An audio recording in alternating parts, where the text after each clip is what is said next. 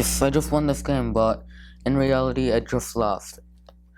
When I play one game, that energy that powers this iPad is probably coming from tons of coal, which have been burnt and are releasing dangerous emissions into the atmosphere, which in turn hurts us back. So in reality, I just lost. For now, the world is mainly running on coal, petroleum, and natural gas. All three of those are fossil fuels and are very dangerous. Coal provides about 30% of the worldwide energy and releases dangerous toxic emissions and pollutes when it's mined, transported, burnt, and it literally pollutes every second of its use. Petroleum generates about 37% of worldwide energy, and it's toxic to almost all kinds of life forms. And when it spills, it causes dangerous oil leaks and damage. Natural gas is a little less harmful, but still nonetheless very dangerous. It provides about 24% of our worldwide energy, and it's non-renewable, so that's the problem with it. And it generates polluting air emissions, but a little less than the other ones. So the other options we have are quite promising. We have nuclear energy, which we do through nuclear fission, which is the splitting of an atom, which releases tremendous amounts of energy. And currently we use uranium and plutonium for the atoms that we split. And the next type of energy that is highly promising is wind energy, in which large wind turbines are spun by the wind and generate kinetic energy.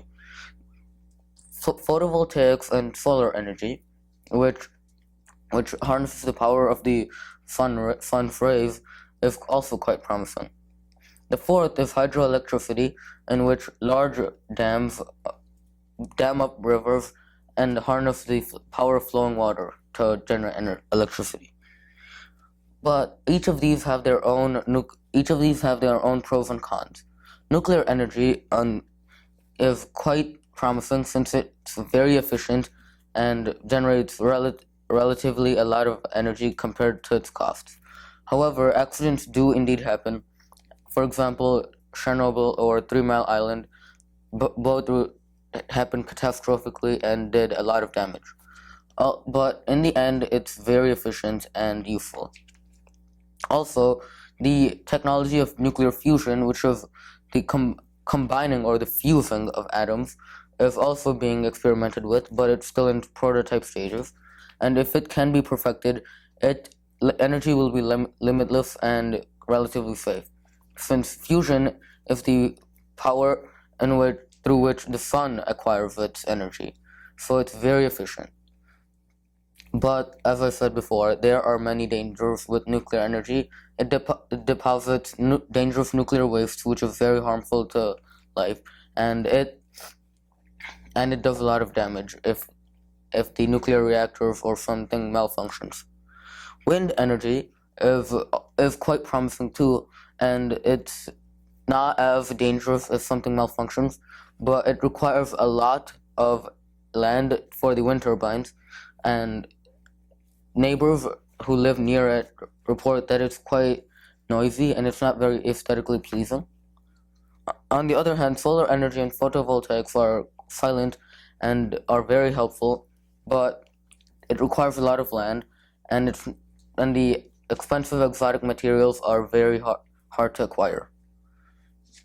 Now, hydroelectric energy, the materials are quite simple, but the dams, which take a while to construct and are very expensive and are very hard to construct. Also, they can be very ecologically disturbing, and they have many repercussions, since the damming can kill several fish and aquatic populations that live in the river. However, hydroelectricity is quite promising and can produce quite a lot of energy.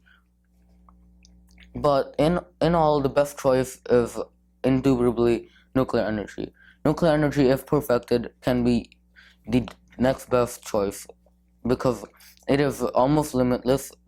Almost any elements from the actinide series of the periodic table can be used if experimented with, And if nuclear fusion is perfected, we don't need to worry about energy anymore because it's very efficient.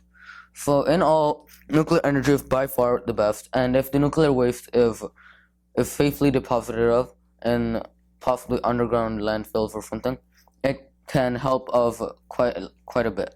While nuclear energy is the best choice, there are other choices, but gradually petroleum and other fossil fuels will go down in their usage and their frequency levels.